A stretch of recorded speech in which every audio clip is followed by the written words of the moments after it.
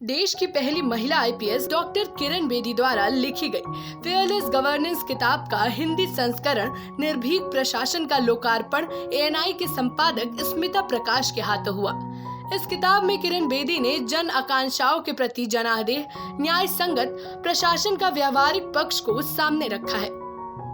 अपने जन्मदिन के मौके पर किताब का विमोचन करते हुए डॉक्टर बेदी ने कहा कि ये बेहद खुशी की बात है कि पुस्तक में सूचीबद्ध कई उपायों का प्रयोग दिल्ली के नवनियुक्त उपराज्यपाल और निर्देशन अधिकारी जमीनी स्तर पर रोजाना कर रहे हैं। सुशासन आम लोगों के सहयोग के बिना नहीं किया जा सकता। इस दौरान डायमंड बुक्स के चेयरमैन नरेंद्र कुमार वर्मा ने कहा कि आज एक ऐतिहासिक दिन है। जनवरी 2022 में इंदिरा नूई और प्रोफेसर देबाशीष चटर्जी ने फेयरलेस गवर्नेंस पुस्तक के अंग्रेजी संस्करण का विमोचन किया था और आज स्मिता प्रकाश द्वारा हिंदी संस्करण का विमोचन किया जा रहा है। ये हमारे लिए गर्व की बात है। कार्यक्रम के दौरान एएनआई के संपादक स्मिता प्रकाश ने कहा कि निर्भीक शासन पुडुचेरी में डॉक्टर किरण बेदी के काम के सबूत के साथ एक नई तरह की प्रकाशन शैली है। ये एक जीवित किताब है। उन्होंने अपने 5 साल के कार्यकाल में लाखों लोगों के जीवन को अपने काम से संवारा। किताब के विमोचन के दौरान किरण बेदी ने अपनी नौकरी और बतौर राज्यपाल रहते हुए कुछ किस्सों का जिक्र किया। आप भी सुनिए प्रेस कॉन्फ्रेंस के दौरान डॉक्टर किरण बेदी ने क्या कुछ कहा। जब मैंने ट्रैफिक चार्ज लिया तो मैं रोज सुबह 8 बजे घर से चली जाती थी।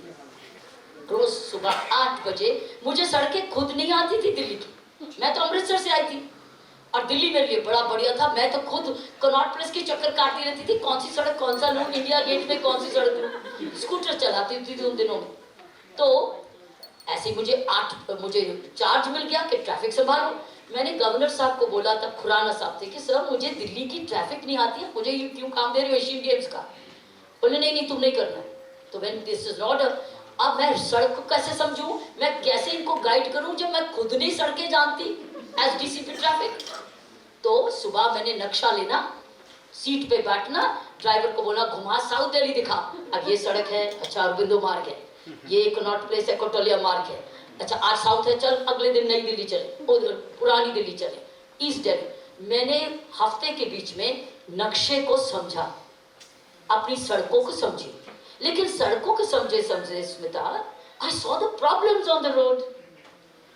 तो मैं धक्के मारती रहती थी, बस गिरी हुई है, उल्टी हुई है, ट्रक उठका हुआ है। तो मैं निकलती थी, मेरे पास ड्राइवर में एक ऑफिसर, मैंने लड़की रखी शकुंतला मेरी ऑपरेटर, हम लोगों ने दिन बस को धक्के मारते रहे। मैंने कहा ये मेरा काम है क्या, डीसीपी ट्रैफिक, रोज मैं बस ही हटाऊं धक्के हटाऊं, तो हटी हुई है, लोग फंसे हुए हैं, जैम लगा हुआ है। मैंने कहा कहाँ फंस गई। तो मैंने अपने ड्राइवर से पूछा या शकुंतला से पूछा, ये इसका इलाज क्या है। बोली मैडम क्रेन है इसका इलाज। अच्छा क्रेन है इलाज, क्रेन क्या होती है। तो बोले क्रेन है। मैं क्या है हमारे पास, हाँ है मैडम, दो है, एक तो है वर्कशॉप में और एक है लाइन में, लेकिन मैं रखा उसका ड्राइवर ड्रूवर नहीं। अच्छा तो फिर आएगा, अब मैं क्या फंस गए। डीसीपी ट्रैफिक, सड़क में चला नहीं सकती, जैम है, तो रोज धक्के मारूं आके, ये कौन सा जॉब मिल गया, मुझे कौन सी नौकरी मिल गई। तो मैं सोचती रही। फिर मैंने अपने ऑफिसर से बात की कि इसका इलाज क्या है। मैंने आपको बोला ना, फील्ड में जाओ प्रॉब्लम पता चलती है, दिमाग में आता है कि सोल्यूशन का है, सोल्यूशन जब ढूंढने लगते हैं।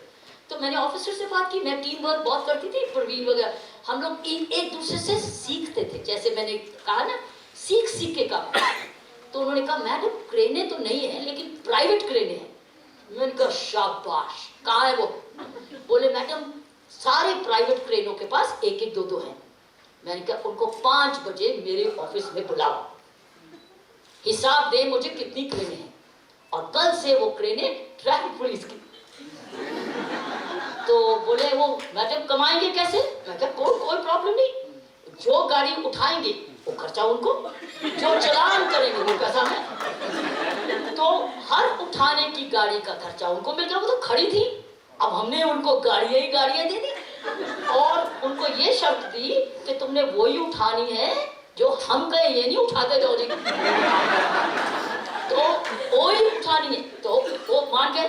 तो उनको बिजनेस मिल गया, उनको मिल गया बिजनेस, हमको मिले घर और दिमाग, और ऊपर से लगाया माइक और कहा हटा लो वरना आ रहा है।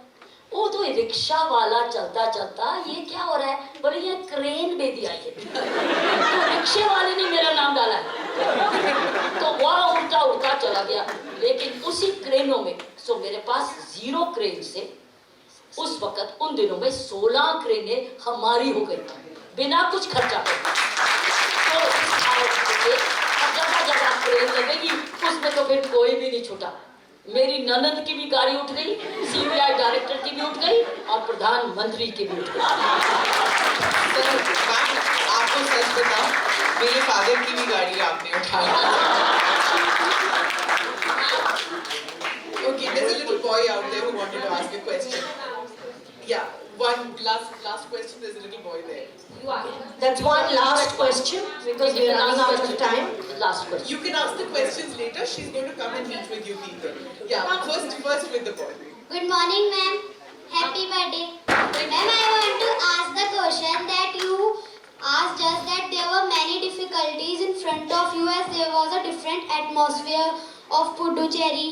So, ma'am, how many difficulties you faced and was there any question in front of you that it is impossible? Excellent. जब तक इम्पॉसिबल की स्टेज आई मेरी बदली हो गई। तब तक पॉसिबल था, लास्ट डे तक पॉसिबल था। मैंने देखा अभी इम्पॉसिबल स्टेज आ रही, भगवान ने मुझे फटाफट बुला लिया वापस। ये हुआ, ये सच है, मैं झूठ नहीं बोल रही। अगर किताब के पन्नों को गहनता से पढ़ा जाए तो किताब की लेखिका और पुडुचेरी की पूर्व उपराज्यपाल डॉक्टर किरण बेदी ने अपनी किताब में उदाहरण के साथ उन अच्छी प्रथाओं का जिक्र किया है जिनका उन्होंने अपने 5 साल के कार्यकाल में पालन किया। ब्यूरो रिपोर्ट, जनहित टाइम्स।